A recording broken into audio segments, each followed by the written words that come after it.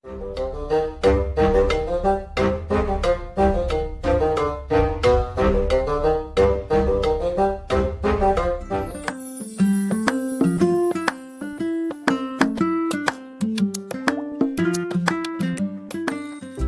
and welcome to your own YouTube channel Space and Time. My name is Sajid and today we are going to learn physical world એટલે કે ભૌતિક જગત. આ શબ્દો જે છે સ્ટાર્ટિંગના તમે હવે વારંવાર અને રેગ્યુલર સાંભળશો કારણ કે આપણે ચાલુ કરવા જઈ રહ્યા છે ધોરણ 11 એટલે કે ક્લાસ 11 સાયન્સની ટોટલ સિરીઝ.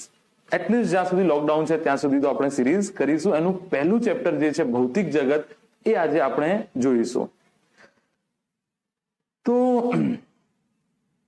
મારા વિશે કશું જ નહીં કહું તમને કોઈ જગ્યાએ ગૂગલ પર મારું નામ નાખશો ડોક્ટર સાજિદ મોગલ તો ડિસ્ક્રિપ્શન મળી રહેશે. આપણે ભણવાનું ચાલુ કરીએ.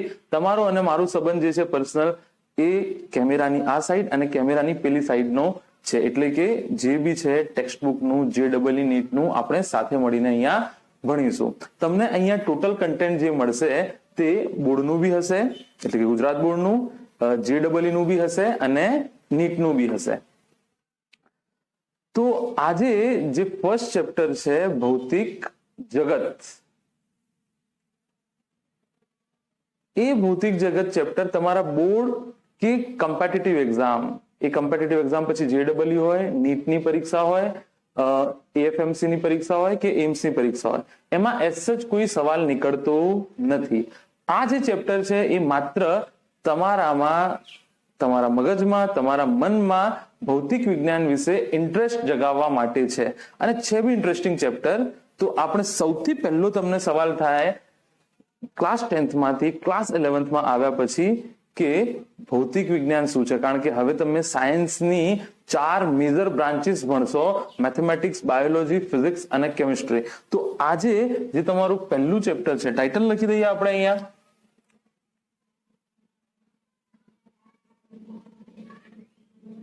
ચેપ્ટર 01 શું છે? ફિઝિકલ વર્લ્ડ એટલે કે ભૌતિક જગત.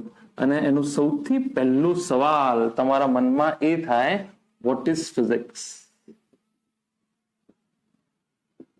વોટ ઇઝ ફિઝિક્સ એટલે કે ભૌતિક વિજ્ઞાન શું છે? શબ્દ કેવી રીતે આવ્યો એ પછી જોઈએ. પહેલા હું અહીંયા જે લખું એ તમે શાંતિથી વાંચી લો. ભૌતિક વિજ્ઞાન એટલે કે ફિઝિક્સ, હવે વારંવાર ફિઝિક્સ જ શબ્દ વાપરીશ. ભૌતિક વિજ્ઞાન એ કુદરતનું વિજ્ઞાન છે. કુદરતનું વિજ્ઞાન છે, કુદરતને સમજવાનું વિજ્ઞાન છે કે જેમાં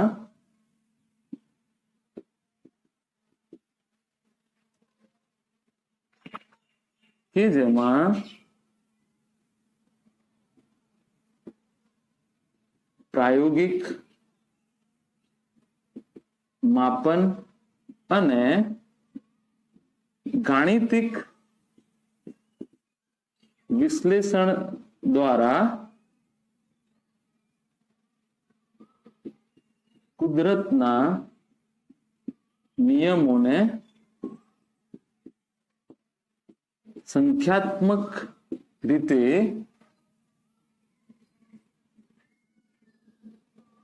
સમજવામાં આવે છે. આ છે ફિઝિક્સ. ફિઝિક્સને એક લાઈનમાં કહીએ તો આ છે કુદરતનું વિજ્ઞાન. અચ્છા, આની જે શરૂઆત છે એ સિસ્ટમેટિક શરૂઆત, એમ તો જ્યારથી હ્યુમન બીઈંગ કાં તો જ્યારથી બ્રહ્માંડ ચાલુ થયું હશે ત્યારથી જ આ શાખાનો ધીરે ધીરે વિકાસ થયો છે. તો ફિઝિક્સ શું તમારી લાઈફમાં છે? તો આજુબાજુ નજર દોડાવો. ઝાડનું ઉગવું, ભરતી ઓટ આવવા, ચંદ્રનું પૃથ્વીનું આસપાસ ફરવું, ઝરણાઓ વહેવા, વરસાદ પડવો, તમારા ફોનથી એક્ઝેક્ટ તમે જ્યાં નંબર લગાવો ત્યાં જ ફોન લાગવો, છેક ઈરાનથી અહીંયા સુધી પાઇપલાઇનમાં તેલનું આવવું, એરોપ્લેનનું ઉડવું, બોટનું તરવું, આ બધું જ ફિઝિક્સ છે. લાઇટ, પંખો, એર કન્ડિશનર, રેફ્રિજરેટર, ઘડિયાળ, મટીરિયલ સાયન્સ, પદાર્થ વિજ્ઞાન, આ બધું જ ફિઝિક્સ છે. આ બધું જ ક્યાંક ને ક્યાંક ફિઝિક્સમાંથી બહાર નીકળીને ટેકનોલોજીમાં પરિવર્તિત થયું છે, ટેકનિક્સમાં પરિવર્તિત થયું છે. તો અહીંયા તમે જુઓ કે ભૌતિક વિજ્ઞાન એ કુદરતનું વિજ્ઞાન છે કે જેમાં પ્રાયોગિક માપન અને ગાણિતિક વિશ્લેષણ દ્વારા કુદરતના નિયમોને સંખ્યાત્મક રીતે સમજવામાં આવે છે. દાખલા તરીકે વરસાદનું પડવું, બરાબર, વરસાદ કેવી રીતે પડે છે તમને ખબર છે કે ભાઈ પાણી જે છે ગરમી પડશે તો સમુદ્રનું કે પછી જે સરોવરોનું જે પાણી છે એ વરાળ બની અને વાદળ બંધાશે, વાદળ ઠંડા પડશે તો વરસાદ પડશે. પણ એનું સંખ્યાત્મક રીતે કે કેટલો વરસાદ પડશે, કેટલી ગરમી પડશે તો કેટલું પાણીનું બાષ્પીભવન થશે, કેવી રીતે વાદળ બંધાશે, એનું એનાલિટિકલ વેમાં જે અભ્યાસ કરવો છે એ શું છે? ફિઝિક્સ છે. ધબકારા માપવાના સાધન, બ્લડ પ્રેશર માપવાના સાધન, સુગર માપવાના જે સાધન છે ડાયાબિટીસ વાળાઓને, એ બધું ક્યાંક ને ક્યાંથી આવેલું છે? ભૌતિક વિજ્ઞાનમાંથી, એટલે કે ફિઝિક્સમાંથી આવેલું છે. ઘણી બધી વાતો થાય છે એમ છે. આ જસ્ટ વ્યાખ્યામાં ફિઝિક્સ શું છે એ પૂરું થઈ શકે નહીં. શબ્દ કેવો હતો? 15મી સદીમાં જે ફિઝિક્સનો શબ્દ આવ્યો એ કંઈક આ પ્રકારે હતો.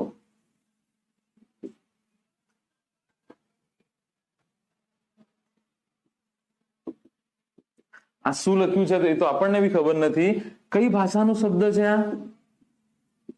ગ્રીક ભાષાનો શબ્દ છે અને આનો મતલબ થાય છે કુદરત. અને અહીંયાથી ફિઝિક્સ શબ્દ જે છે એનો વિકાસ કેવી રીતે થયો છે, એટાઇમોલોજીમાં આપણે નહીં પડીએ કે શબ્દ કેવી રીતે આવ્યો, એમાં આપણે નહીં પડીએ, પણ આ તમારા કામનું નથી. આ ચેપ્ટર જે છે એ પરીક્ષાની દ્રષ્ટિએ કામનું નથી, પણ એમ બહુ જ ઇમ્પોર્ટન્ટ છે ફિઝિક્સ નું જુનૂન તમારા માથા પર સવાર કરાવવા માટે. તો આ કોઈ શબ્દ હતો આવો, એનો ગ્રીક ભાષામાં છે, આપણને વાંચતા આવડતું નથી, આપણને ઇંગ્લિશ વાંચતા નથી આવડતું, તો કુદરત અને ત્યાંથી આવ્યું ફિઝિક્સ. એટલે કે કુદરતને સમજવાનું વિજ્ઞાન. વીજળી કેમ ચમકે છે, ગાડી કેવી રીતે ચાલે છે, હીટ એન્જિન કેવી રીતે બન્યું, રેફ્રિજરેશન કેવી રીતે બન્યું, ટોર્ચમાંથી લાઇટ કઈ રીતે ઉત્પન્ન થાય છે, સૂરજમાંથી અહીંયા ગરમી કઈ રીતે પહોંચે છે, બ્રહ્માંડ કેવી રીતે ચાલે છે. એટલે કે સૂક્ષ્મથી સૂક્ષ્મ, સૂક્ષ્માથી સૂક્ષ્મ એવો શબ્દ છે, સૂક્ષ્માથી સૂક્ષ્મ. એટલે કે નેનો લેવલથી, એકદમ સૂક્ષ્માથી સૂક્ષ્મ લેવલથી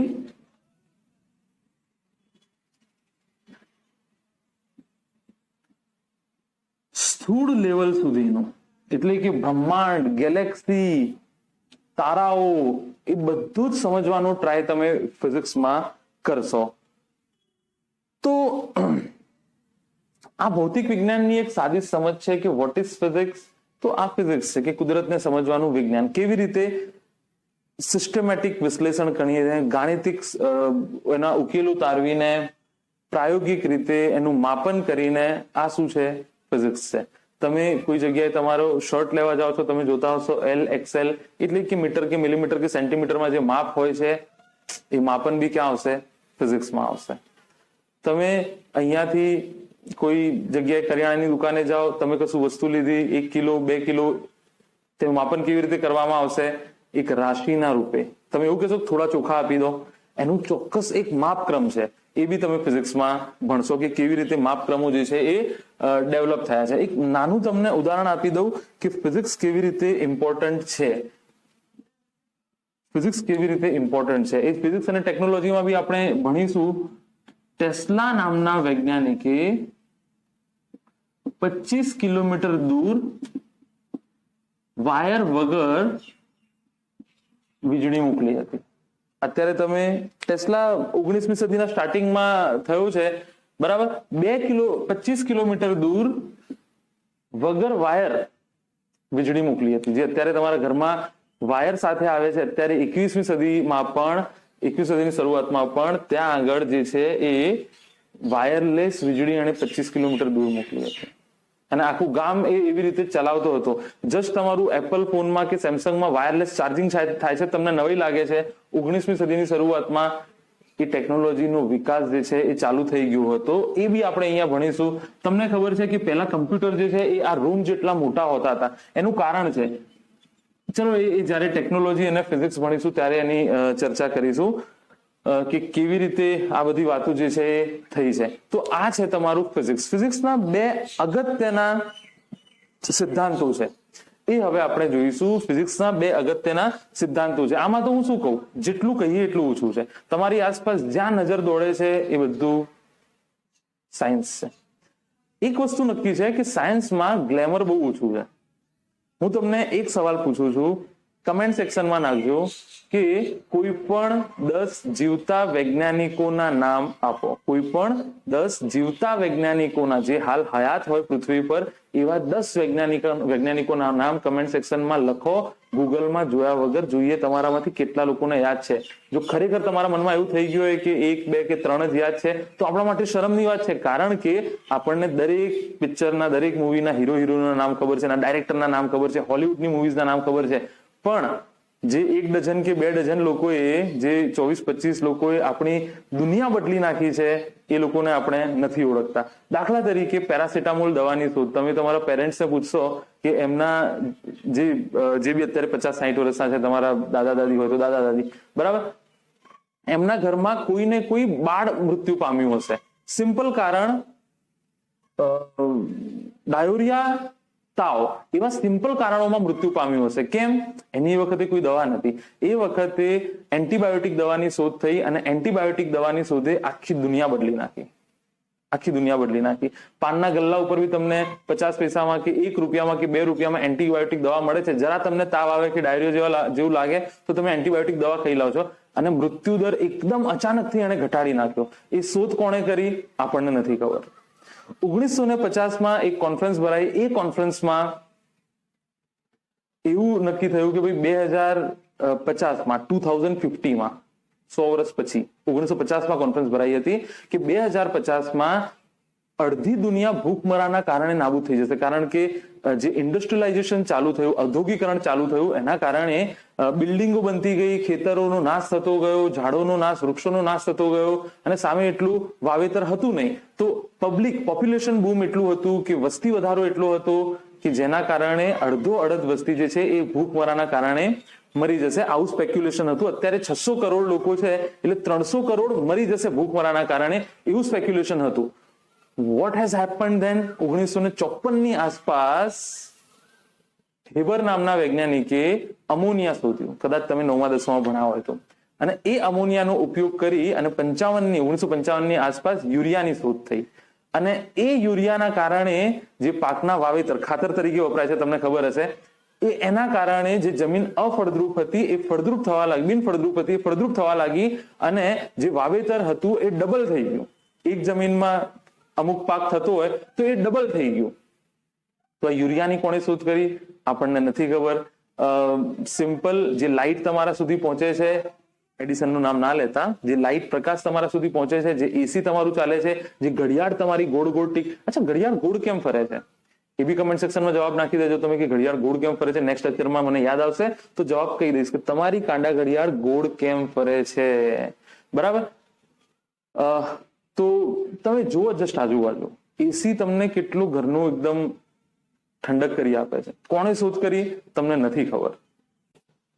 એવી હું કરોડો વસ્તુ ગણાવી આપું છું જે વસ્તુએ તમારી લાઈફને કમ્ફર્ટેબલ મોડમાં મૂકી દીધી છે, જે વસ્તુએ તમને એકદમ આરામદાયક જીવન આપ્યું છે. એ વસ્તુઓના શોધકોના નામ તમને ખબર નથી. એવા કરોડો વૈજ્ઞાનિકો ગુમનામીમાં, કરોડો તો નહીં, 200-500, કારણ કે એટલા 600 કરોડ લોકોની લાઈફ 50 કે 100 વૈજ્ઞાનિકોએ ચેન્જ કરી છે, જેમને તમે નથી ઓળખતા.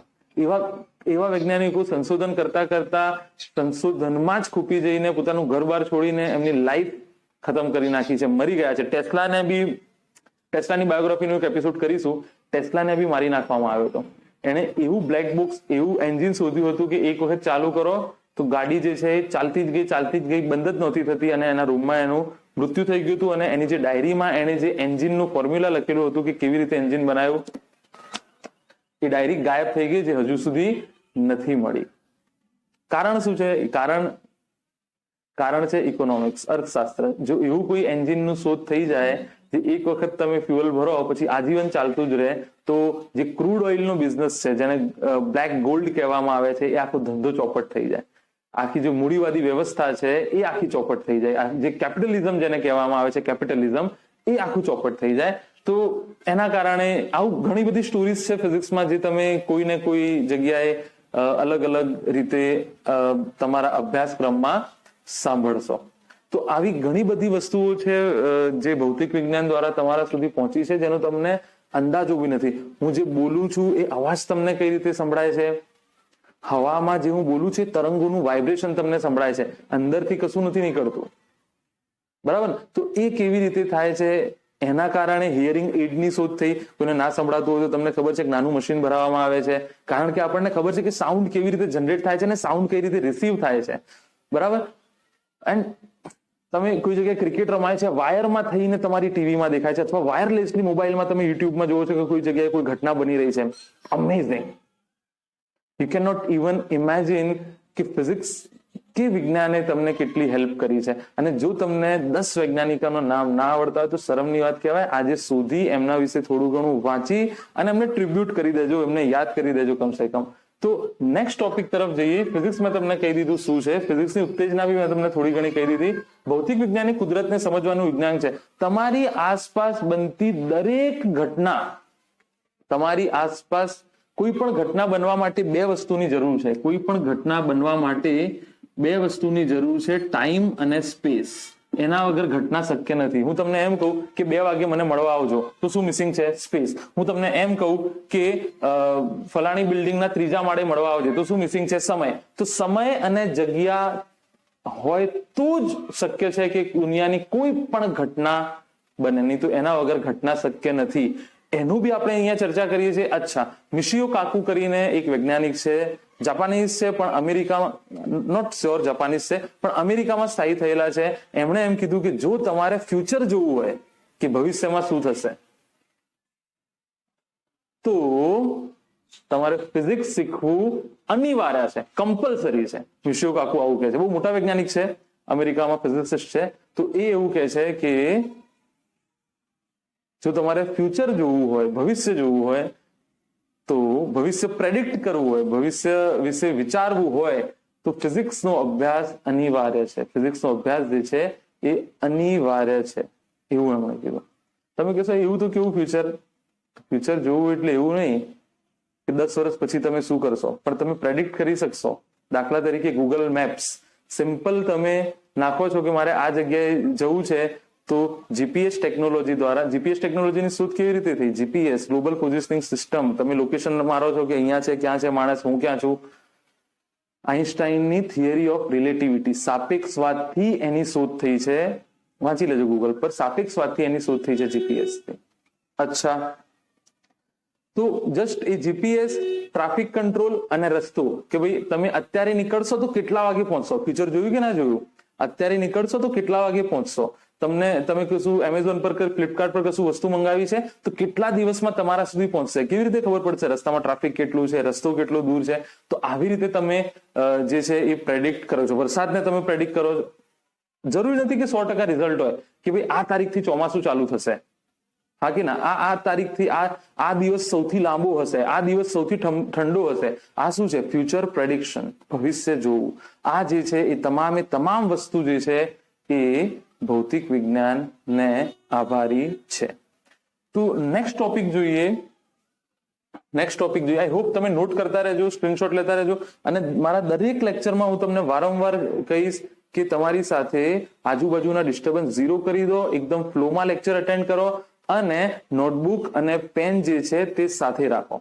નોટબુક અને પેન સાથે રાખવાનું કારણ એ છે કે જેટલી ફીસ ભરો છો એટલી પસ્તી જમા થવી જોઈએ. કેમ? સચિન તેંડુલકરને ગ્રાઉન્ડમાં રમવા જવાનું હોય તો એ ચોપડી વાંચીને નહીં જાય કે આ શોટ કેવી રીતે મારો, આ શોટ કેવી રીતે મારો. એ ગ્રાઉન્ડમાં પ્રેક્ટિસ કરશે, કારણ કે એને પરીક્ષા ગ્રાઉન્ડમાં આપવાની છે. તમારે પરીક્ષા લેખિત આપવાની છે, તો પ્રેક્ટિસ કેવી રીતે થાય? લખીને થાય. તો જેટલી ફીસ ભરો છો એટલી પસ્તી જમા થવી જોઈએ. મારા જોડે તો તમે ફીસ કશું ભરતા નથી, પણ કહેવાનો મતલબ કે જે બી અહીંયા ચાલે છે તમામે તમામ વસ્તુ, નાનામાં નાની વસ્તુ, બેકારમાં બેકાર વસ્તુ, સારામાં સારી વસ્તુ તમારા નોટબુકમાં લખેલી હોવી જોઈએ. તો જવા દઉં આગળ. ચાલો,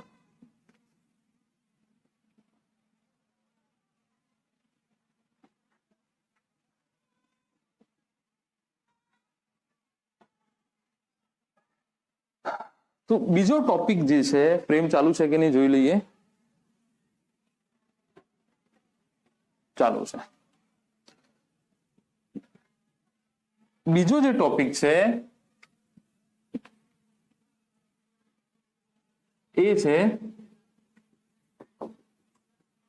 ભૌતિક વિજ્ઞાન અને ગણિત. ગણિતની જોડણી ખોટી હોઈ શકે એટલે હું અહીંયા લખી નાખું છું ઇંગ્લિશમાં, physics and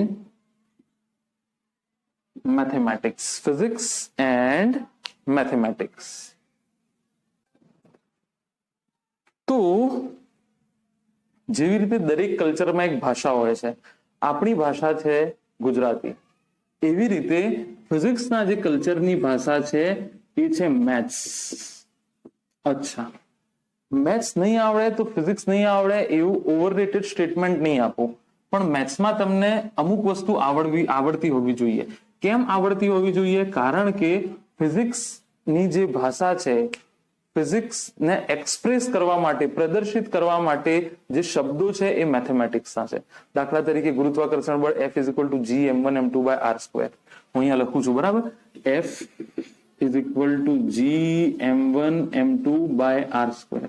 શું કહેવા માંગે છે કે બે પદાર્થો m1 અને m2 એકબીજાથી r અંતરે હોય તો જેમ જેમ એ દૂર જશે તેમ તેમ બળ ઘટતું જશે, r વધતું જશે તેમ તેમ બળ ઘટતું જશે, કારણ કે છેદમાં છે. અને દળ વધારે હશે તો બળ વધારે હશે. બે દળોના ગુણાકારના સમપ્રમાણમાં, અંતરના વ્યસ્ત પ્રમાણ. આવા લાખો કરોડો તમને ફોર્મ્યુલા, ઇક્વેશન મળી જશે. E = mc². ફેમસ ઉદાહરણ આઈન્સ્ટાઈનનું સૂત્ર છે E = mc². દળનું ઉર્જામાં રૂપાંતરણ અને ઉર્જાનું દળમાં રૂપાંતરણ. આ બધું તમે સાંભળેલું હશે, અત્યારે ડિટેલમાં નહીં જઈએ, ધીરે ધીરે જ્યારે સમય આવશે ત્યારે ડિટેલમાં જઈશું. પણ તમને મેથ્સ જે છે એ આવડતું હોવું જોઈએ, કારણ કે ફિઝિક્સની ભાષા મેથ્સ છે. જો તમને નહીં આવડે, જો તમને બધું નહીં આવડશે તો ચાલશે, પણ અમુક તમને વસ્તુઓ આવડતી હોવી જોઈએ. બહુપદી સમીકરણો, બીજું આકારોના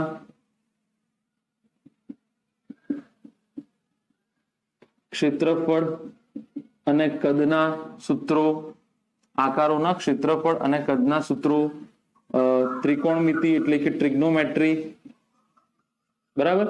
એરિયા અને વોલ્યુમના ફોર્મ્યુલા, પોલિનોમિયલ ઇક્વેશન્સ, એટલીસ્ટ દ્વિપદી તો આવડતું હોવું જોઈએ. એના પછી સંકલન અને વિકલન, કલન શાસ્ત્ર. આ તમને આમાં બે વસ્તુ છે, વિકલન અને સંકલન. આના વગર અહીંયા હું બોર્ડમાં જ લખું છું, ભાગુ સબાના નિયમો, સરવાળો બાદબાકી ગુણાકાર ભાગાકાર કેવી રીતે કરવા, ગ્રાફને ઓળખવા અને એના એનાલિસિસ, ગ્રાફ વિશ્લેષણ લખી નાખું, ગ્રાફ એનાલિસિસ લખી નાખું, બરાબર? કશું રહેતું નથી જતું આમાં. એકમ વર્તુળ લખી નાખું છું અહીંયા, એકમ વર્તુળ. આટલું મેથ્સ તમને આવડતું હોવું જોઈએ. આ મેથ્સ શીખવું એ તમારા માટે જસ્ટ અઠવાડિયાનું કામ છે. આ ચેપ્ટર પત્યા પછી આપણે આ સિરીઝ ચાલુ કરીશું, કારણ કે જો તમને આ નહીં આવડે તો ફિઝિક્સ નહીં આવડે. એટલે આ ડાયરેક્ટલી તમારા અભ્યાસક્રમનો ભાગ નથી, પણ આને ઇન્ટ્રોડક્ટરી મેથેમેટિક્સ આપણે કહીશું. અને જો ઇન્ટ્રોડક્ટરી મેથેમેટિક્સ નહીં આવડે તો તમને ફિઝિક્સ નહીં આવડે, એ વાતની હું ગેરંટી લઉં છું.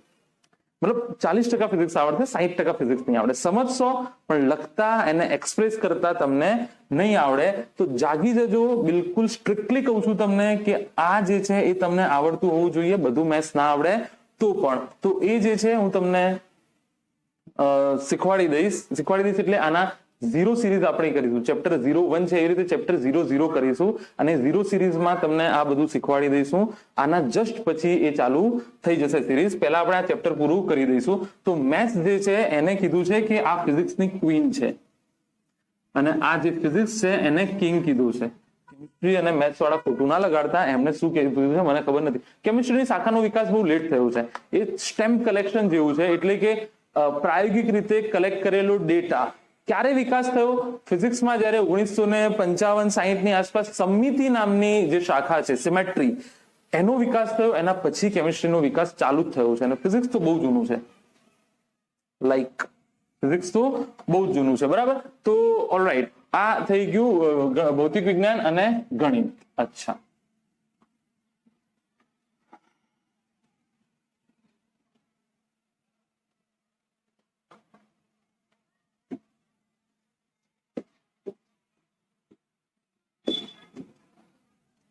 ચલો આગળ જે છે ટોપિક, એ તમારો ટોપિક છે ભૌતિક વિજ્ઞાન ના સિદ્ધાંતો. એ બે સિદ્ધાંત પર કામ કરે છે. નંબર 1, ચલો અહીંયા જ લખી દઉં છું. નંબર 1 આ છે યુનિફિકેશન. યુનિફાઈ, ટુ યુનિફાઈ નો મતલબ થાય એક કરવું. આનો મતલબ થાય એકાકીકરણ. બરાબર. અને બીજું જે છે એ છે રિડક્શનિઝમ. આનો મતલબ થાય ન્યૂનીકરણ, નાનું કરવું. નાનું તો નહીં, you can use word narrow down, પણ રિડક્શનિઝમ, ન્યૂનીકરણ અત્યારે તો લખું, સમજાવું છું છે શું આ ન્યૂનીકરણ. બરાબર. અમુક શબ્દો એવા છે જે ઇંગ્લિશમાં રિડક્શન એટલે, ચલો સમજાવું છું. તો સૌથી પહેલા આપણે સમજીએ યુનિફિકેશન. કે યુનિફિકેશન કોને કહેવાય. સિમ્પલ સમજાવું તમને. યુનિફિકેશન, એકાકીકરણ, ગુજરાતી લખી નાખું છું. એકાકીકરણ.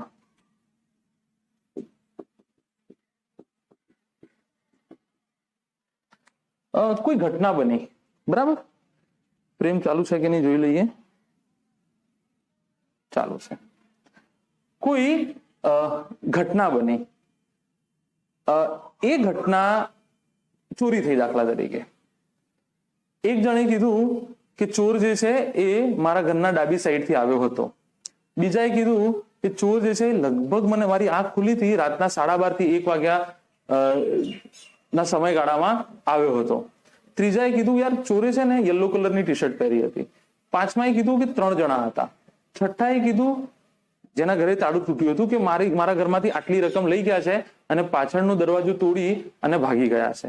સાતમાએ, આઠમું જે બી નંબર આવ્યો, એને કીધું કે આ તરફ ભાગ્યા હતા. તો આ અલગ અલગ થિયરી થઈ. છઠ્ઠાએ કીધું કે આ માણસ હોઈ શકે, આ માણસ હોઈ શકે, પેલો માણસ હોઈ શકે, આ ટોળકી હોઈ શકે. એના પછી કોઈ સમજદાર માણસ હતો, એ બેઠો, બધાની અલગ અલગ વાતો સાંભળી. બધી ઘટનાઓ અલગ અલગ સમય થઈ છે. એનું એન્ટર થવું, કોઈના ઘર આગળથી નીકળવું, એટલે ટી શર્ટ પહેરવા વાળા એનું જોવું, ચોરી થયું, બધા અલગ અલગ સ્પેસ અને અલગ અલગ સમયમાં થઈ છે. અલગ અલગ સ્પેસ અને અલગ અલગ ટાઈમમાં થઈ છે. એનો મતલબ કે આ અલગ અલગ જગ્યા, અલગ અલગ સમયની ઘટનાઓ જે થઈ છે, એને એક સમજદાર માણસે શું કરી દીધું, એ આખી થિયરીને જોડી દીધી. કે આ સાઈડથી આવ્યો હશે તો એનું વાહન અહીંયા પડ્યું હશે, અહીંયાથી એન્ટર થયો હશે, તમારા ઘરમાં ચોરી થઈ. કેમ તમારા ઘરમાં ચોરી થઈ? તમારા ઘરનો કોઈ કામ વાળો હશે, તમારા ઘરનું કોઈ જાણ ભેદું હશે. આ થિયરી એને આખી ભેગી કરી દીધી. આ થઈ ગયું એકાકીકરણ. તો જ્યારથી ફિઝિક્સ, જ્યારથી ભૌતિક વિજ્ઞાન ની શાખાની સમજદારી અસ્તિત્વ, ફિલોસોફી, તત્વજ્ઞાન અસ્તિત્વમાં આવ્યું છે, ત્યારથી જ્યારે બી કોઈ મોટી ઘટના બને છે ભૌતિક વિજ્ઞાનમાં, કોઈ મોટી ઘટનાનો અભ્યાસ કરવામાં આવે છે, બનતી ના હોય તો કશું વાંધો નહીં, જ્યારે અભ્યાસ કરવામાં આવે છે તો કોઈ માણસે નાનું સંશોધન કર્યું અહીંયા, કોઈ માણસે નાનું સંશોધન કર્યું અહીંયા, કોઈ બીજા માણસે ત્યાં સંશોધન કર્યું, કોઈએ 100 વર્ષ પહેલા કર્યું, કોઈએ 200 વર્ષ પછી કર્યું, અલગ અલગ જગ્યાએ સંશોધન કર્યું, અને એ બધાને જોડી અને એક તારવણી કાઢી અને એને અમુક ચોક્કસ ઓછામાં ઓછા નિયમોમાં બનાવી દેવું, એ થઈ ગયું એકાકીકરણ. દાખલા તરીકે એરિસ્ટોટલે બહુ વર્ષ પહેલા એમ કહી દીધું કે પૃથ્વી જે છે એ સપાટ છે અને સૂર્ય એની આસપાસ ફરે છે. 2000 વર્ષ સુધી છોકરાઓ આ ભણ્યા, સ્ટુડન્ટ એના 2000 વર્ષ અલગ અલગ ટાઈમે. જેવું અત્યારે તમે જે ફિઝિક્સ ભણો છો ને, એ 50 તો નહીં, 70 થી 700 વર્ષ જૂનું ફિઝિક્સ છે હાલ જે તમે ભણો છો, બરાબર. 70 થી 700 વર્ષ જૂનું ફિઝિક્સ છે જે તમે હાલ ભણો છો તે. તો અલગ અલગ સમયે જે અલગ અલગ નિયમો આવ્યા એને બધાને એક જગ્યા ભેગા કરવા એ છે એકાકીકરણ. દાખલા તરીકે એરિસ્ટોટલનો મેં દાખલો આપ્યો, એના 2000 વર્ષ પછી કેપ્લર આવ્યો, કેપ્લરે કોઈ બીજી વાત કરી. ગેલિલિયો એના પછી આવ્યો, ગેલિલિયોએ કીધું કે ભાઈ પૃથ્વી ગોળ છે, સૂર્ય જે છે એની આસપાસ ફરે છે, એના સૂર્ય સેન્ટરમાં છે, પૃથ્વી એની આસપાસ ફરે છે. તો તમે જુઓ ધીરે ધીરે આનો વિકાસ થયો છે. બીજી અગત્યની વસ્તુ શું છે અહીંયા કે ધર્મ અને સાયન્સમાં શું ફરક છે. સાયન્સને તમે ક્લેમ કરી શકો છો, લોજિક અને સાબિતી જે તમે આપો તો જૂની થિયરી તમે ખોટી ઠેરવી શકો છો અને દરેકે દરેક માણસ એને સાચી માનશે. તો science is not truth. Science સત્ય નથી પણ બેસ્ટ પ્રપોઝડ મેકેનિઝમ છે. આપણી નિરીક્ષણ ક્ષમતાઓ દ્વારા આપણને દેખાતી સૌથી શ્રેષ્ઠ સાબિતીઓને આપણે સાચી માનીને ચાલીએ છીએ. કાલ ઉઠીને એને કોઈ એવું કહી શકે કે ના મારી જોડે આવી સાબિતી છે, આવી ઘટના આમ નહીં આવી રીતે બની હતી, તો આપણે માનવું પડશે. સાયન્સની જૂની જે વસ્તુ છે એ નાબૂદ થઈ જશે, સાયન્સની જૂની થિયરી જે છે એ નાબૂદ થઈ જશે.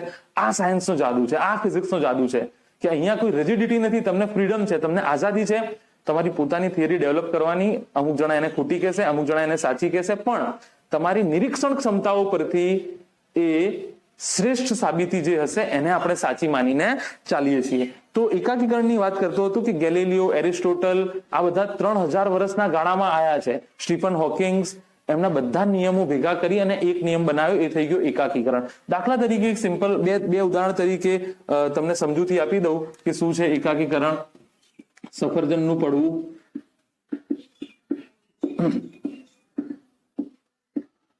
ચંદ્રનું,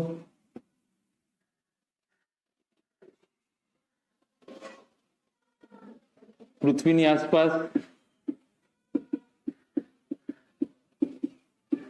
ભ્રમણ થવું, ભરતી ઓટ આવવા, આ ત્રણેય અલગ અલગ ઘટનાઓ છે. આ ત્રણેય ઘટનાઓને કેવી રીતે સમજાવવામાં આવે છે?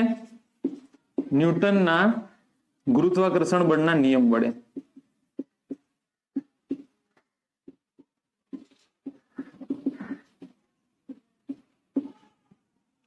આ થઈ ગયું એકાકીકરણ, આ થઈ ગયું યુનિફિકેશન એટલે કે એકાકીકરણ. જરૂરી નથી કે દર વખત આની વ્યાખ્યા કે આનું સ્ટેટમેન્ટ આપું કે એકાકીકરણ એટલે શું લખો. લખવાનું કશું નથી આમાં પરીક્ષામાં. સમજો તમે કે યુનિફિકેશન શું છે, કારણ કે બધું ભણવા જશો તો ક્યારે અંત નહીં આવે. કોઈ ચોક્કસ તારવણી કાઢવી પડશે ને, અલગ અલગ લોકોની વાત સાંભળી એને એક કરી નાખી, દેટ ઇઝ એકાકીકરણ.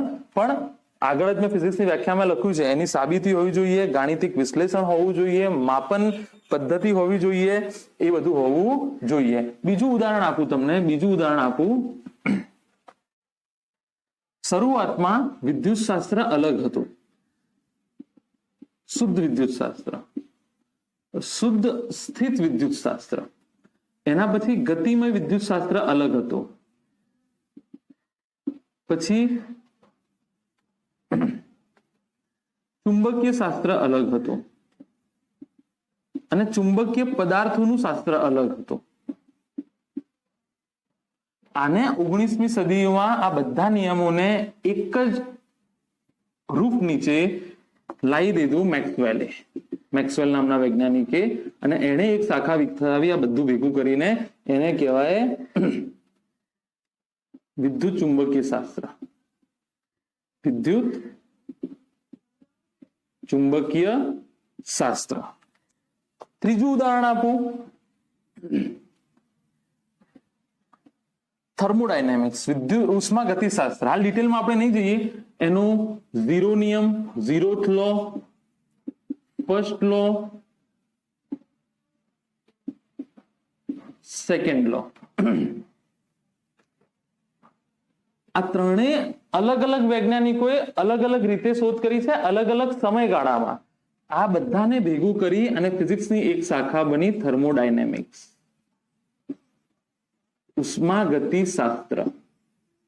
જેમાં રેફ્રિજરેશન ભણશો, એર કન્ડિશનર થોડું થોડું ભણશો, ઉષ્મા ગતિ શાસ્ત્ર, એન્જિન ભણશો કે વ્હીકલનું, તમારા સ્કૂટરનું, બાઇકનું કે કારનું એન્જિન કેવી રીતે ચાલે છે. તો આ બધું છે એકાકીકરણ. કોઈ સ્પેસિફિક વ્યાખ્યા એમાં હું લખતું નથી કે એકાકીકરણ શું છે, પણ અહીંયા મેં તમને સમજાવી દીધું. શું વાત કરું, ઢગલાબંધ ઉદાહરણો આપી શકું છું, પણ તમને સમજાઈ ગયું હશે કે અલગ અલગ જગ્યાએ અલગ અલગ જે વસ્તુઓ બની હશે, કોઈ એક ચોક્કસ શાખાને લગતી, એમનું ભેગી કરવું બધું, એ થઈ ગયું યુનિફિકેશન એટલે કે એકાકીકરણ. ચાલો, ન્યૂનીકરણ બહુ સિમ્પલ વસ્તુ છે.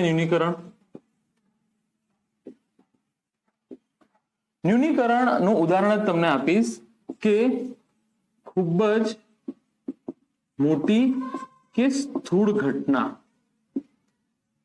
ને સમજવાનો પ્રયત્ન કરવો એના સૂક્ષ્મ ઘટકોથી. ન્યૂનીકરણ, નેરો ડાઉન કરવું. કોઈ ખૂબ મોટી ઘટના છે એને સૂક્ષ્મ ઘટકો દ્વારા સમજવાનો પ્રયત્ન કરવો, એ થઈ ગયું ન્યૂનીકરણ. દાખલા તરીકે કોલસો બી કાર્બન છે, ગ્રેફાઇટ બી કાર્બન છે અને ડાયમંડ બી કાર્બન છે. ત્રણ કાર્બન છે. હવે હું કોઈને બતાડું, કોઈ નાના છોકરાને, તો એને એમ જ લાગશે કે ડાયમંડ અલગ વસ્તુ છે, કોલસો અલગ વસ્તુ છે, ગ્રેફાઇટ અલગ વસ્તુ છે. બરાબર, મોટી ઘટના. પણ એને તમે એના ઘટકો જોશો તો બધા કાર્બન, ગ્રેફાઇટ અને ડાયમંડ ત્રણેય કેવી રીતે બનેલા છે? કોલસો, ગ્રેફાઇટ અને ડાયમંડ ત્રણેય કેવી રીતે બનેલા છે? કાર્બન ના બનેલા છે. 6 ઇલેક્ટ્રોન, 6 પ્રોટોન, 6 ન્યુટ્રોન પ્રોબેબલી. બરાબર, તો તમે સમજો. તો પછી સોનું જે ડાયમંડ છે એ દુનિયાનું સૌથી કઠણ પદાર્થ છે કુદરતી રીતે. ગ્રેફાઇટ સૌથી નરમ છે અને કોલસો સૌથી ચીપર છે, ડાયમંડ સૌથી મોંઘો છે. તો બધું કાર્બન જ છે, તો અલગ કેવી રીતે પડ્યો? એ ક્યારે ખબર પડી? જ્યારે આપણને ખબર પડી કે જે મોટી ઘટના છે એના સૂક્ષ્મ ઘટકો કયા છે? કાર્બન. તો કાર્બન પરમાણુની ગોઠવણી છે, એના કારણે ત્રણેયના ગુણધર્મો જે છે અલગ છે. દાખલા તરીકે ઘઉં, ઓટ્સ જે આવે છે, દળિયું જેને કહે છે, ઘઉં દળાવા જાવ તો જે મોટો દાણો હોય એને ઓટ્સ કહેવાય, એનાથી નાનો લોટ કહેવાય અને એનાથી નાનો મેદો કહેવાય. ત્રણેયમાં કલર અલગ અલગ છે, ત્રણેયના ગુણધર્મો બી અલગ અલગ છે. ત્રણેયના ગુણધર્મો જે છે એ પણ અલગ અલગ છે. તો જે મોટી ઘટના છે એ સમજવા માટે સૂક્ષ્મ ઘટકોના ગુણધર્મોનો અભ્યાસ અને એના દ્વારા આનું વર્ણન, એ થઈ ગયું ન્યૂનીકરણ. દાખલા તરીકે તમારા નાના છોકરાઓમાં બહુ ન્યૂનીકરણની એક્સાઇટમેન્ટ હોય છે. દાખલા તરીકે તમારા જોડે કોઈ ટોય આવ્યું રોબોટિક, તો થોડો ટાઈમ તમે રમશો, એના પછી તમે શું કરશો? એને ખોલવાનું ટ્રાય કરશો કે બહારની બોડી શેની બનેલી છે, અંદર ઓટોમેશન કેવું છે, રિવર્સ એન્જિનિયરિંગ કહેવાય, એના ગિયર્સ કેટલા છે, બરાબર કે નહીં, એમાં બેટરી કેવી વપરાય છે, એને તમે ખોલી નાખશો. તો નાના ઘટકો દ્વારા તમે મોટી ઘટનાનો જે અભ્યાસ કરો છો એને કહેવાય ન્યૂનીકરણ. કારણ કે મોટી દેખાતી ઘટના અમુક વખતે ઇલ્યુઝન હોઈ શકે. એટલે કે હોઈ શકે તમે જે ઘટના જોઈ એ ઘટનાનું કારણ જાણવા માટે તમારે એના કોર સુધી, એના ગર્ભ સુધી જવું પડશે. એ છે ન્યૂનીકરણ. કોઈ તમને મોટી મોટી વાત કરી કે ફલાણા માણસે આ વાત કીધી છે, આવી ઘટના બની છે, તો તમે શું કરશો? તમે એનું માનશો ઉપરથી? હા, પણ તમે પછી ત્યાં જશો, ઘટનાની તપાસ કરશો કે ખરેખર શું થયું હશે. જેને પોતાની આંખે જોયું હશે એને તમે પૂછશો, ત્યાં ઘટના સ્થળે શું ઘટના બની એ જોશો, પછી તમે એને માનશો. તો જે ખૂબ મોટી ઘટના છે, ઘટના એટલે દરેક વખતે ઘટના એટલે એવું નહીં કે એક્સિડન્ટ થયું હશે કે એવું કશું. મેં તમને જેવું ડાયમંડનું ઉદાહરણ આપ્યું કે કોઈ પણ થિયરી સમજવા માટે એના સૂક્ષ્મ ઘટકોનો અભ્યાસ દ્વારા જો મોટી ઘટનાનું વર્ણન જે પોસિબલ છે એ તમારું થઈ જાય ન્યૂનીકરણ. તમારું થઈ જશે ન્યૂનીકરણ. ચલો તો આગળ વધીએ. આટલું તમે નોંધી લો. બે વસ્તુ મેં તમને સમજાવી દીધી, એકાકીકરણ અને ન્યૂનીકરણ. ચલો તો આગળ ભણીએ હવે.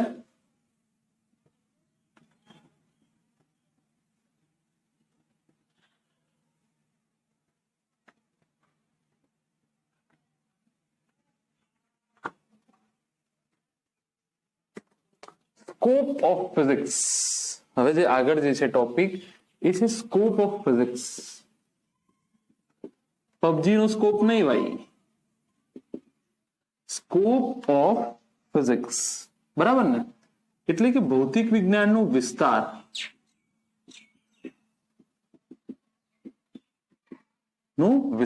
ફિઝિક્સ નો સ્કોપ.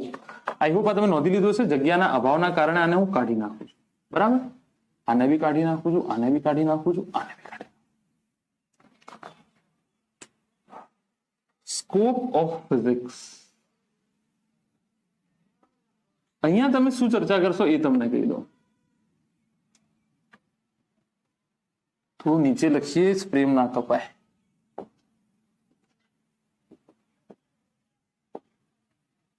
Scope of physics. અહીંયા તમે ચર્ચા કરશો ભૌતિક વિજ્ઞાનનું વિસ્તાર. ભૌતિક વિજ્ઞાનનું વિસ્તાર. દાખલા તરીકે હું ટીચર છું તો ટીચરનો સ્કોપ શું છે? ભણાવવું, છોકરાઓને સમજાવવું, પરીક્ષા લેવી અને પરીક્ષાના પેપર ચેક કરવા. પોલીસનો સ્કોપ શું છે? પોલીસનો સ્કોપ છે કે જે બી ગુનાખોરી પ્રવૃત્તિઓ થાય છે એને રોકવું, ટ્રાફિકનું નિયમન કરવું એન્ડ સો ઓન. આર્મીનો સ્કોપ શું છે? પેરેન્ટ્સનો સ્કોપ શું છે? બરાબર ને? તો સ્કોપ એટલે કે તમારે આમાં શેનો સમાવેશ થશે? ફિઝિક્સની જવાબદારી શું છે? ફિઝિક્સની જવાબદારી શું છે? તો અહીંયા જુઓ, ફિઝિક્સ જે છે એ બે શાખામાં વહેંચાયેલું છે. મોટી ફિઝિક્સ જે છે એ મોટી બે શાખામાં વહેંચાયેલું છે. એક છે માઇક્રોસ્કોપિક એટલે કે સૂક્ષ્મ, અને એક છે મેક્રોસ્કોપિક. એક છે મેક્રોસ્કોપિક એટલે કે સ્થૂળ. સૂક્ષ્મ ભૌતિક વિજ્ઞાન, સૂક્ષ્મ ફિઝિક્સ અને સ્થૂળ ફિઝિક્સ. આને જે છે એ ક્લાસિકલ ફિઝિક્સ બી કહેવામાં આવે છે. આને જે છે એ ક્લાસિકલ ફિઝિક્સ બી કહેવામાં આવે છે. અને આને આ નવું છે ભાઈ. નેનો ટેકનોલોજી તમને ખબર છે ને? સ્થૂળ એટલે બહુ જ મોટું, વિશાળ, અને માઇક્રો એટલે નાનું. નેનો ટેકનોલોજી બી તમે આને નેનો સાયન્સ તમે કહી શકો. નેનો ટેકનોલોજી તો નહીં કહી શકો, નેનો સાયન્સ તમે કહી શકો. આને મોડર્ન સાયન્સ કહેવામાં આવે છે. આને જે છે એ મોડર્ન સાયન્સ કહેવામાં આવે છે. તો પહેલા હું આની ચર્ચા કરી લઉં કે પહેલા તો બે ભાગ પડ્યા કેમ? બે ભાગ એટલા માટે પડ્યા કે દુનિયાના તમામ જે ફિઝિસિસ્ટ છે, જે વૈજ્ઞાનિક છે, એમનું એક સપનું છે. Theory of everything. Theory of everything. ભાઈ પ્રોબ્લેમ શું છે ને? પ્રોબ્લેમ ધ્યાનથી સાંભળજો. આ છે ને ક્વોન્ટમ ફિઝિક્સ બી કહેવાય. આ જે શાખા છે ને એને ક્વોન્ટમ ફિઝિક્સ બી કહે છે. QAUNTUM. ક્વોન્ટમ ફિઝિક્સ વિશે 20મી સદીની શરૂઆત થઈ છે આની, આ શાખાની. અને ક્વોન્ટમ ફિઝિક્સ વિશે કહેવામાં આવે છે કે જો કોઈ એમ કહેતું હોય કે મને ક્વોન્ટમ ફિઝિક્સ આવડે છે અને હું ક્વોન્ટમ ફિઝિક્સ સમજી ગયો છું એટલે માની લેવાનું કે એને કશું નથી આવડતું. તો દરેકે દરેક, આઈન્સ્ટાઈનનું બી સપનું હતું થિયરી ઓફ એવરીથિંગ, સ્ટીફન હોકિંગ્સનું બી સપનું હતું, અત્યારે જે લોરેન્સ ઓમક્રોઝ, પછી બ્રાયન ગ્રીન, નીલ ડિગ્રેસ ટાયસન, જેટલા મિશિયો કાકુ, એ બધાનો બી સપના છે કે થિયરી ઓફ એવરીથિંગ જે છે, હાલ જે જીવતા સાયન્ટિસ્ટ છે, ફિઝિસિસ્ટ, એમનું બી સપનું છે કે થિયરી ઓફ એવરીથિંગ નો વિકાસ થાય. શું છે થિયરી ઓફ એવરીથિંગ? તો દુનિયામાં જે મોટા પદાર્થો છે, ગ્રહો થઈ ગયા, તારાઓ થઈ ગયા, ચંદ્ર થઈ ગયા, હું, તમે, અમારા ઘરનો સોફા, ટીવી, પંખો, ગાડી, એમના વચ્ચે લાગતા બળો અને એમના ઉપરના જે નિયમો છે એ અલગ છે. કોના કરતા? જે ઇલેક્ટ્રોન પ્રોટોન છે એમના કરતા. અહીંયા શું છે કે હું ચંદ્રને જોઉં છું ને તો ચંદ્ર એ જ સ્થાને છે. મેં નજર ફેરવી લીધી તો બી ચંદ્ર એ જ સ્થાને છે. અહીંયા શું પ્રોબ્લેમ છે? ઇલેક્ટ્રોનને જોવાના અને ઇલેક્ટ્રોનને ના જોવાના વખતે એના સ્થાન બદલાઈ જાય છે. મેં જોયું ઇલેક્ટ્રોન અહીંયા છે, મેં ફેરવ્યું ઇલેક્ટ્રોન ત્યાં નથી, મેં જોયું ઇલેક્ટ્રોન ત્યાં છે, મેં ફેરવ્યું ઇલેક્ટ્રોન ત્યાં નથી. તો ક્વોન્ટમ ફિઝિક્સમાં અલગ અલગ નિયમો હોય છે. જોવાના સમીકરણ અલગ અને જ્યારે એને ના જોતા હોય ત્યારના સમીકરણ અલગ, જોતા હોય ત્યારે સમીકરણ અલગ અને ના જોતા હોય ત્યારે સમીકરણ અલગ. અને અહીંયા જે છે એ બિલકુલ સાફ છે. તમે નરી આંખે અથવા કોઈ સામાન્ય સાધનોનો ઉપયોગ કરી એનું વિશ્લેષણ કરી શકો, એને નિહાળી શકો, એનું તારણ કાઢી શકો. અહીંયા it is very dam difficult. બહુ જ ડિફિકલ્ટ છે અહીંયા માટે. ઇલેક્ટ્રોન કણ બી છે, ઇલેક્ટ્રોન તરંગ બી છે. તમે પોતે બી તરંગ છો. સાબિત કરીશું આપણે જયારે મોડર્ન ફિઝિક્સ ભણીશું ત્યારે 12માં આવશે આ બધું તમારું, બરાબર ને? તો આ મોડર્ન ફિઝિક્સ જે છે એ ક્યારે હશે? ક્લાસ 12માં છે. તમે શું ભણો છો આમાં? તો તમે અહીંયા ભણશો પરમાણુ, ન્યુક્લિયસ, સેમિકન્ડક્ટર,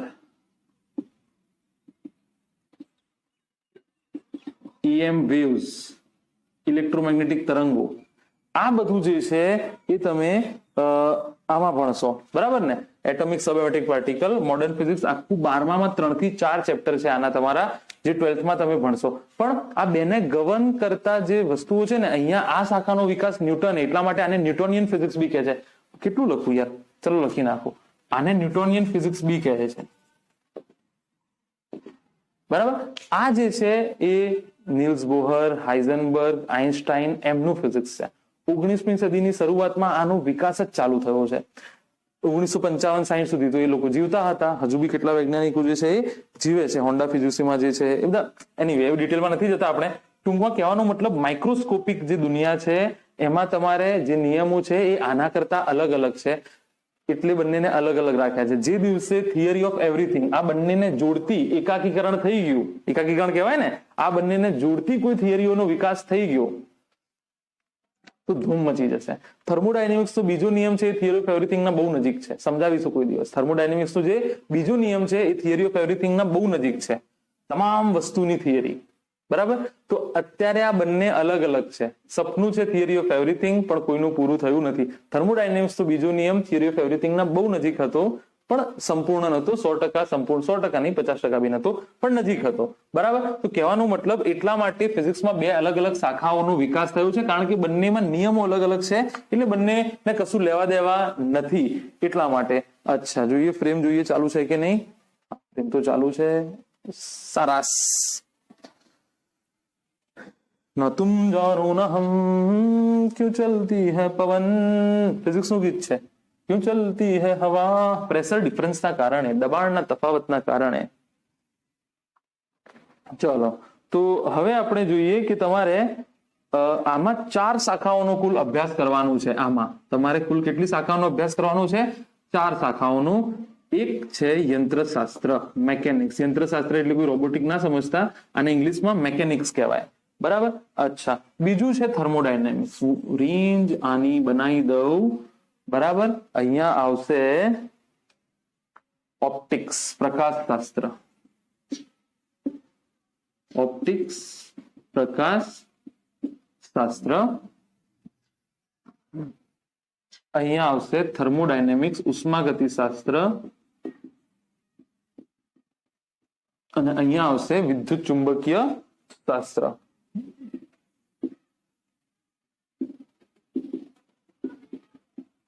વિદ્યુત ચુંબકીય શાસ્ત્ર. આ 12માં, આ બી 12માં, પેલું બી 12માં, આ જે છે 11થમાં, અને આ બી તમે 11થમાં ભણશો. તમે તો ફિઝિક્સ ભણાવો છો, અભ્યાસક્રમ કેમ કહી દીધો? છેલ્લે એ બી વાત કહીશ તમને, છેલ્લે એ બી કહીશ તમને. તો યંત્રશાસ્ત્રમાં તમે શું ભણશો? યંત્રશાસ્ત્રમાં તમે પદાર્થની ગતિ ભણશો. તમારી ગતિ, મારી ગતિ, કારની ગતિ, વાંદરાની ગતિ, અલગ અલગ ગતિ ભણશો, બરાબર? એના પછી તમે બળ ભણશો, અલગ અલગ પ્રકારના બળ. ગુરુત્વાકર્ષણ બળ ભણશો તમે, સ્પ્રિંગનું બળ તમે ભણશો, ધક્કો તમે ભણશો, અલગ અલગ વસ્તુ તમે આમાં ભણશો, બરાબર? એના પછી જે છે રોકેટ પ્રોપલ્ઝન ભણશો. ચલો, એ તો ગતિમાં જ આવી જશે. પ્રક્ષિપ્ત ગતિ બી આમાં ગતિમાં. ચાક ગતિ તમે ભણશો, વર્તુળાકાર ગતિ, સીધી ગતિ ભણશો, ચાક ગતિ તમે ભણશો, તરંગો ભણશો તમે, દોલનો ભણશો તમે. આમાં આ ચેપ્ટરના નામ નથી લખતું, ચેપ્ટરના નામ અલગ અલગ છે, બરાબર? તરવાના નિયમો, ફ્લોટેશન ને એ બધું ભણશો. આર્કિમિડીઝના સિદ્ધાંતો લખી દઉં નહીં, બહુ ઇમ્પોર્ટન્ટ છે, બહુ જ જોરદાર. આર્કિમિડીઝ ના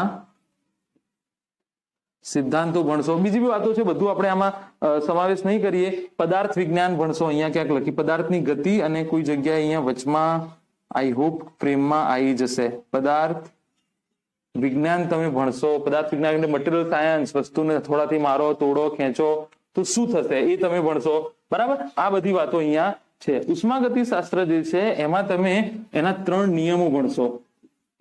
એમાં મેં તમને કીધું ને, બીજો નિયમ એ થિયરી ઓફ એવરીથિંગના બહુ નજીક છે, જ્યારે ચલાવીશું ત્યારે તમને સમજાવીશું. એન્જિન ભણશો, રેફ્રિજરેશન ભણશો. બહુ અઘરું કામ છે રેફ્રિજરેશન, બહુ જ અઘરું કામ છે, કારણ કે કુદરતી રીતે હંમેશા જે તાપમાન જે છે એ ઊંચા તાપમાનથી નીચા તાપમાને જશે, એટલે કે વસ્તુ ગરમ થશે. બહુ જ અઘરું છે વસ્તુને ઠંડુ કરવું. મારી લાઈટ બંધ થઈ ગઈ છે, આઈ હોપ ફ્રેમમાં આવતું હશે બધું બરાબર. અચ્છા ચલો, રેફ્રિજરેશન છે અને ઉષ્મીય પ્રક્રિયાઓ. તાપમાન ભણશો તમે, ઉષ્મીય વહન અને એના રિલેટેડ એની પ્રક્રિયાઓ ભણશો. અહીંયા તમે શું ભણશો? વિદ્યુત ભાર ભણશો, વિદ્યુત પ્રવાહ ભણશો, કરંટ જેને તમે કહો છો ને, વિદ્યુત પ્રવાહ ભણશો, ઉર્જાઓ ભણશો, સ્થિતિમાન ભણશો, ચુંબક વિશે તમે ભણશો અહીંયા, બરાબર. અચ્છા, આમાં તમે લેન્સ ભણશો, અરીસો ભણશો, બધું સમાવેશ નથી કરતું. ટેલિસ્કોપ ભણશો, માઇક્રોસ્કોપ ભણશો, બધું જ ભણશો તમે, બધું જ. અચ્છા, તો સર તમે અહીંયા કેમ લખ્યું છે 11th અને 12th? આ બધું રિપીટ નથી કરતો વારંવાર, તમે એક વખત જોઈ લો અને શું શું છે. અત્યારે હાલ તમારે શીખવાની જરૂર નથી. બે શાખાઓ કેમ અલગ અલગ છે, કઈ શાખામાં શું છે, અમુક વખતે પૂછાઈ શકે છે. કેવા સિમ્પલ સવાલો પૂછે છે ગુજકેટની પરીક્ષામાં કે રેફ્રિજરેશન જે છે એનો કઈ શાખામાં સમાવેશ થાય છે, તો ઉષ્માગતિશાસ્ત્રમાં. એવા સિમ્પલ સવાલો અહીંયાથી નીકળી શકે છે. તો તમે તો સર ચેપ્ટર લખી નાખ્યા, તમે તો ફિઝિક્સ વિશે કહેતા હતા. તમે કોલેજમાં જાઓ, પીએચડી કરો કે 11-12 ભણો, જે એશિયાટિક કન્ટ્રીઝ છે અને અંડર ગ્રેજ્યુએટ લેવલ યુરોપનું છે કે અમેરિકાનું છે, ત્યાં આગળ ઉપરથી તમને આખું ફિઝિક્સ ભણાવી દેવામાં આવે છે. તમારા 11-12 આખું ફિઝિક્સ છે. લેન્ધી સિલેબસ છે, બહુ લાંબો અભ્યાસક્રમ છે. આ તમારો અભ્યાસક્રમ મેં લખાઈ દીધો તમને ફિઝિક્સનો, તમને ખબર બી ના પડી. પણ એ જ છે, જે ફિઝિક્સ છે એ જ તમારો અભ્યાસક્રમ છે, કારણ કે તમને કોઈ પર્ટિક્યુલર શાખા નથી ભણાવવામાં આવતી. તમને આખું ફિઝિક્સ ભણાવી દેવામાં આવે છે, પણ ઉપરથી. અને આ જ વસ્તુ કાયમી તમારા આગળ જતા બી કામ લાગશે. બીએસસી માં બી આ જ સિલેબસ છે. તમે બીએસસી ફિઝિક્સ કરો તો બી મોટાભાગનું આ જ સિલેબસ. તમે એન્જિનિયરિંગની કોઈ પણ શાખામાં જાઓ, પહેલા 2 વર્ષમાંથી આમાંથી તમને થર્મોડાયનેમિક્સ ભણાવી શકે અને યંત્રશાસ્ત્ર ભણાવી શકે છે. કયા એન્જિનિયરિંગમાં જાઓ છો એના ઉપર ડિપેન્ડ કરે છે. ઇલેક્ટ્રિકલ એન્જિનિયરિંગમાં જાઓ તો તમને વિદ્યુત ચુંબકીય શાસ્ત્ર ભણાવી શકે છે. કોઈ પર્ટિક્યુલર બ્રાન્ચમાં જાઓ તો આ દરેક બ્રાન્ચ પોતાની જાતે એક સબ્જેક્ટ છે. એક સબ્જેક્ટ એટલે 4-4 વર્ષ લોકો માત્ર થર્મોડાયનેમિક્સનો અભ્યાસ કરે છે, બરાબર. તો બહુ મોટી શાખા છે. તો તમને અહીંયાથી ઉપર ભણાવવામાં આવશે. તો આ મેં તમને કહી દીધું ફિઝિક્સનો સ્કોપ, અને તમને એ કહી દીધું કે 11મું કેવી રીતે અલગ છે અને 12મું કેવી રીતે અલગ છે, અને એના અભ્યાસક્રમ બી મેં તમને જણાવી દીધું. આટલી બધી વસ્તુઓ જે છે એ તમે ડિટેલમાં આગળ જતા ભણશો, બરાબર. ચલો આગળ વધીએ. આઈ હોપ કે ફ્રેમ ચાલુ હશે.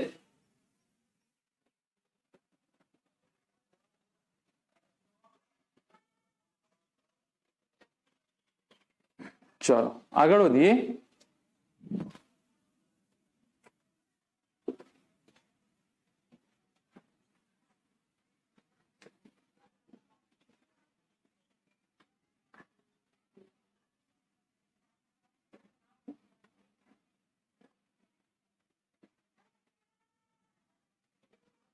આફરી આફરી આફરી આફરી આફરી આફરી. ચલો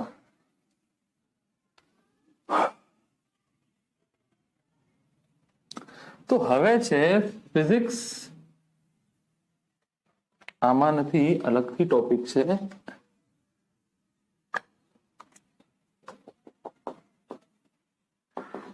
ફિઝિક્સ, ટેકનોલોજી અને સોસાયટી, એટલે કે સમાજ, ટેકનોલોજી અને ફિઝિક્સ કેવી રીતે સંકળાયેલા છે. તો આ વાત તો મેં તમને પહેલા જ કહી દીધી છે કે ફિઝિક્સ, ટેકનોલોજી અને સમાજ કેવી રીતે જોડાયેલા છે. તમે વ્યવહારમાં આજુબાજુ જુઓ કેટલી વસ્તુ વાપરે છે. ગાડીને કેટલી વસ્તુ તમે વાપરો છો. ગાડીને ચલાવવા માટે એન્જિન, દવાઓ બનાવવા માટે જે ફેક્ટરી હોય છે એમાં ઓટોમેશન જે હોય છે, તમારા ઘરના જેટલા બી ઇલેક્ટ્રોનિક્સ છે, પંખા, એસી, ચાર્જિંગ, મોબાઈલ ફોન, બધું જ ફિઝિક્સને આભારી છે. તો કેવી રીતે તમે કરો છો? તો સૌથી પહેલા તમે ભૌતિક વિજ્ઞાન જે છે એના નિયમોનો અભ્યાસ કરો છો, બરાબર. એ નિયમોને તમે એન્જિનિયરિંગ કરી અને તમે એને ટેકનોલોજીમાં ફેરવી દો છો. સૌથી પહેલા કોઈ પણ જે ટેકનોલોજી હોય છે એ વિકસિત દેશની આર્મી વાપરે છે. એટલે કે તમે જે અત્યારે મોબાઈલ ફોન વાપરો છો એ 100 વર્ષ જૂની ટેકનોલોજી છે. હા, સ્ક્રીન ટેકનોલોજી, સાઉન્ડ ટેકનોલોજી, એનો વિકાસ અત્યારે થયો હશે, પણ જે બેસિક ટેકનોલોજી છે વાયરલેસ થવું, એ 100 વર્ષ જૂની ટેકનોલોજી છે. સૌથી પહેલા વિકસિત દેશની આર્મી વાપરે, એના પછી વિકાસશીલ દેશની આર્મી વાપરે, એના પછી અવિકસિત દેશની આર્મી વાપરે, એના પછી વિકસિત દેશની પ્રજા વાપરે, એના પછી વિકાસશીલ દેશની પ્રજા વાપરે, એના પછી અવિકસિત દેશની પ્રજા વાપરે. તો તમે વિચારો તમારા સુધી જે ટેકનોલોજી છે કેટલી લેટ પહોંચે છે. બરાબર, હજુ 100 વર્ષ પછી એવી ટેકનોલોજી આવશે જે તમે સાંભળી નહીં. રિચાર્ડ ફેનમેન, બહુ ફેમસ ફિઝિસિસ્ટ, નામ યાદ રાખજો, રિચાર્ડ ફેનમેન. એણે એક કોન્ફરન્સમાં એમ કહી દીધું હતું કે આખી દુનિયાનો જેટલો ડેટા છે ને એ પેનના ઢાંકણા અથવા પેનમાં આવી જશે, એટલી સાઈઝમાં આવી જશે. તો તમે જુઓ 512 GB, 1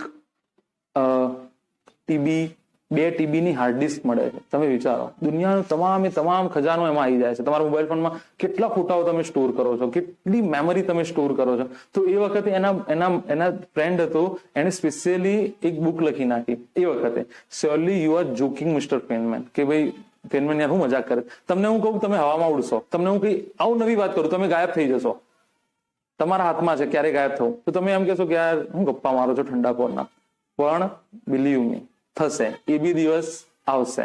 બરાબર, તો આ ટેકનોલોજીનું ફિઝિક્સનો જાદુ છે કે કોઈ પણ ફિઝિક્સ જે છે એના નિયમો તમે સમજ્યા, એને એન્જિનિયરિંગ કર્યું. જેવી રીતે મેં તમને કહી દીધું કે જીપીએસ જે છે એ થિયરી ઓફ રિલેટિવિટી જે આઇન્સ્ટાઈનની છે એને આધારિત છે. બરાબર, એના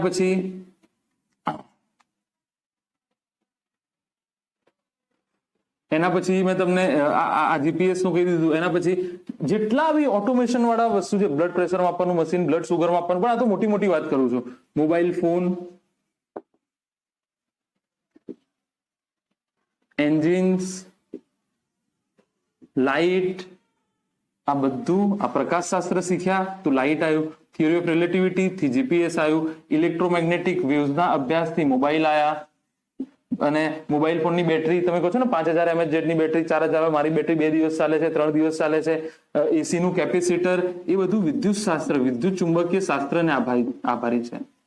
વિદ્યુત ચુંબકીય શાસ્ત્રને આભારી છે. તો એવી ઘણી બધી ઘટનાઓ છે જે હું સમયસર તમને બતાડતો જઈશ, સમયસર તમને ફીલ કરાવતો જઈશ કે ફિઝિક્સે તમારી લાઈફમાં શું ચેન્જ કરી નાખ્યું છે. અને એવી 25 કે 30 માણસો, અહીંયા હું ફોટો બી શેર કરું છું, જ્યાં તમે જોશો કે મહાન વૈજ્ઞાનિકો 1911 ની સોલ્વે કોન્ફરન્સમાં આઇન્સ્ટાઈન છે, હાઇઝનબર્ગ છે, મેડમ ક્યુરી છે, નીલ્સ બોહર છે, લાઇબનિઝ જોવું પડશે લાઇબનિઝ છે કે નહીં, પણ મોટા ભાગના વૈજ્ઞાનિકો અહીંયા 1911 ની કોન્ફરન્સમાં, તમે વિચારો આખી દુનિયાની કોન્ફરન્સ છે, આટલા માણસો હાજર છે.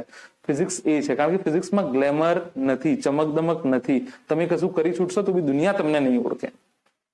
એટલા માટે ફિઝિક્સ અઘરું બી છે, એટલા માટે ભણવા વાળા લોકો ઓછા હોય છે. ને તમારું અગત્યનું એક અહીંયા આ ચેપ્ટર છે. તો મેં તમને કહી દીધું કે ઘણી બધી વસ્તુ, શું કહું અમે આમાં ફિઝિક્સ ટેકનોલોજીનો સોસાયટી, તમે આજુબાજુ નજર નાખી લો, જે બી શોધખોળ છે કોને આભારી છે, જે બી શોધખોળ છે કોઈક ને કોઈક રીતે એ ફિઝિક્સને મળશે. કેવી રીતે મળે છે? ડાયરેક્ટલી નથી મળતી. ફિઝિક્સ ટેકનોલોજીમાં કન્વર્ટ થાય છે. તમને થિયરી ઓફ રિલેટિવિટી નથી ખબર, પણ તમને ગ્લોબલ પોઝિશનિંગ સિસ્ટમ ખબર છે, તમને ટેકનોલોજી ખબર છે જે સમાજને ઉપયોગી છે, તમને EM વેવ્સ કે વિદ્યુત ચુંબકીય શાસ્ત્ર ખબર નથી, પણ તમને મોબાઈલ ફોન ખબર છે, તમને સમાજને શું ખબર છે? Technology, physics. એવી રીતે સો ઓન ઘણી બધી વાતો કરી શકાય. એક વખત NCERT નું ચેપ્ટર વાંચી લેજો, ઉપરથી તમને જે છે એ ખબર પડી જશે.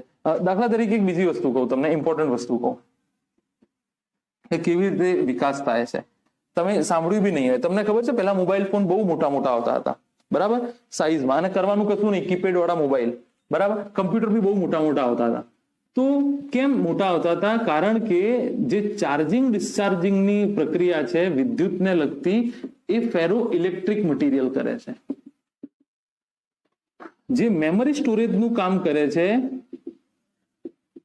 બરાબર, અહીંયા હું લખું છું ચાર્જિંગ ડિસ્ચાર્જિંગ, ચાર્જિંગ અને ડિસ્ચાર્જિંગ, અને અહીંયા મેમરી સ્ટોરેજ, તમારી રેમ થઈ ગઈ, તમારી મેમરી થઈ ગઈ, એ ફેરો મેગ્નેટિક મટીરિયલ કરે છે. અચ્છા, આ જે છે એ વાહક હોવા જોઈએ, એટલે કે કંડક્ટર હોવા જોઈએ, એટલે કે ડિફેક્ટ ફ્રી, ક્ષતિ રહિત પદાર્થો હોવા જોઈએ. આમાં ક્ષતિ ના હોવી જોઈએ. ભણશો તમે કેમિસ્ટ્રીમાં, ક્ષતિ વાળું આખું ચેપ્ટર છે. આ જે છે એ ક્ષતિવાળા હોવા જોઈએ, વાહક તો હોવા જોઈએ પણ ક્ષતિવાળા હોવા જોઈએ. ક્ષતિ તમે સમજશો ક્ષતિ શું છે, જસ્ટ કહેવા માંગુ છું. હવે જુઓ, બંનેના નેચર અલગ અલગ છે, બંને પદાર્થો અલગ અલગ છે, એટલા માટે તમારા કમ્પ્યુટરનું સીપીયુ અલગ છે અને તમારું કમ્પ્યુટરનું ડિસ્પ્લે અલગ છે, તમારી કમ્પ્યુટરનું બેટરીનું કમ્પાર્ટમેન્ટ અલગ છે, તમારા કમ્પ્યુટરની રેમનું કમ્પાર્ટમેન્ટ અલગ છે, તમારી કમ્પ્યુટરનું મધરબોર્ડનું વસ્તુ અલગ છે. એવી રીતે ફોનમાં બી એવી હોય છે.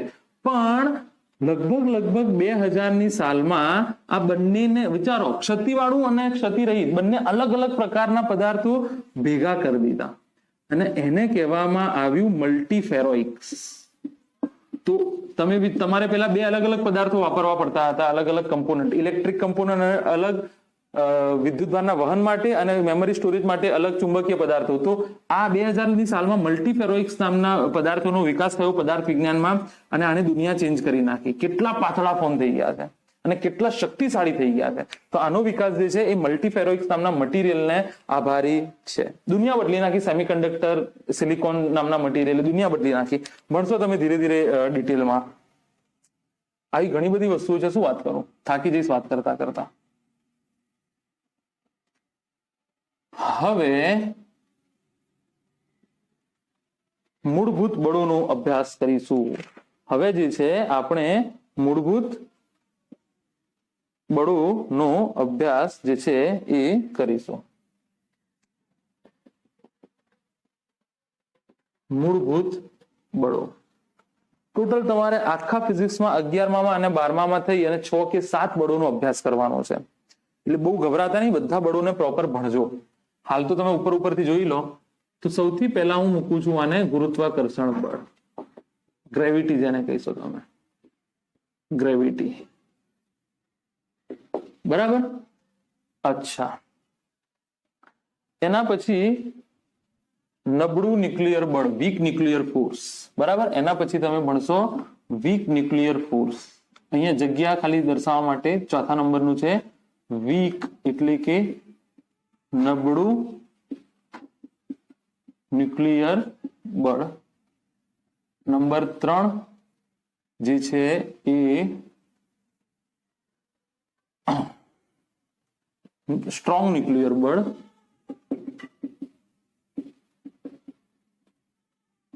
અને નંબર 2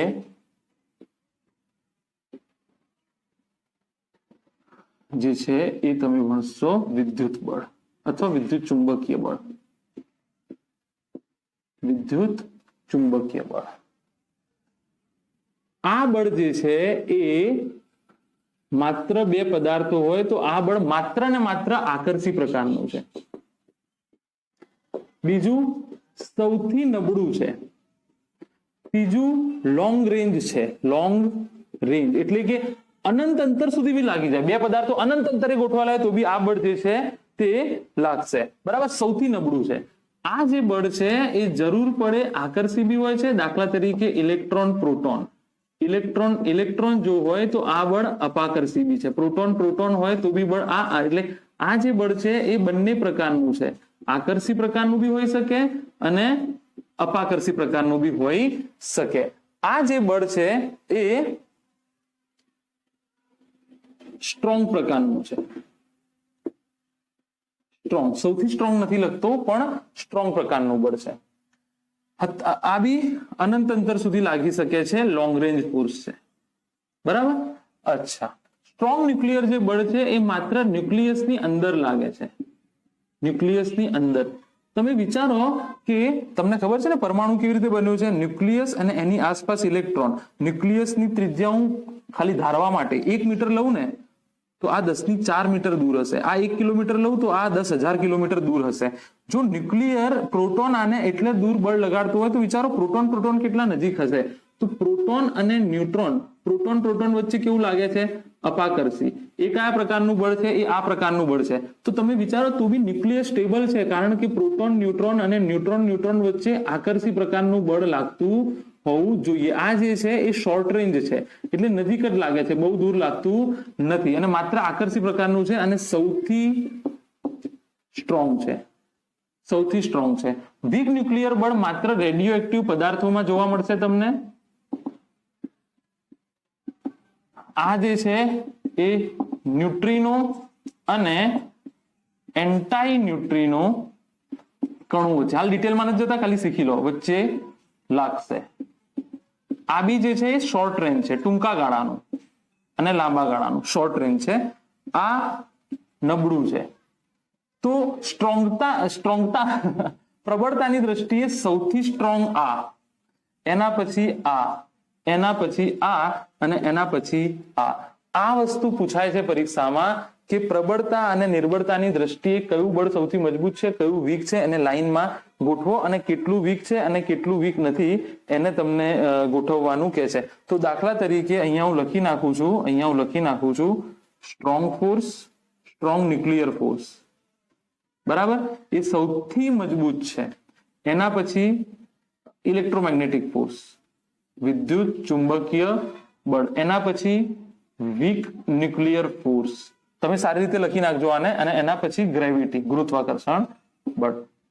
જો હું આનું માપક્રમ 1 લઉં તો આ 10⁻², એટલે આના કરતા આ 100 ગણું મજબૂત થયું.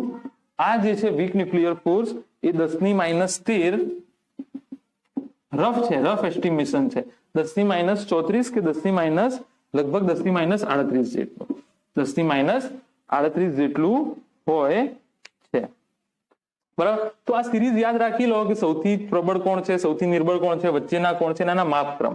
ગુરુત્વાકર્ષણ બળ કરતા સ્ટ્રોંગ ન્યુક્લિયર ફોર્સ 10⁻38 ગણું મજબૂત છે, 10⁻38 ગણું મજબૂત છે, વિચારો તમે, બરાબર. તો આ તમારું હતું ચેપ્ટર નંબર 1, અને ચેપ્ટર નંબર 1 તમે અહીંયા પૂરું કરો છો. અહીંયા તમારું ચેપ્ટર 1 જે છે એ ફિનિશ થાય છે. બધા ચેપ્ટર આટલા નાના નથી, આ ચેપ્ટર એટલું અગત્યનું નથી પરીક્ષાના દ્રષ્ટિએ, પણ એમ અગત્યનું છે. પણ નોટ્સ બનાવતા રહેજો. જો અહીંયા તમને ઇન્ટરેસ્ટ જાગી ગયો તો તમે ફિઝિક્સમાં છવાઈ જશો.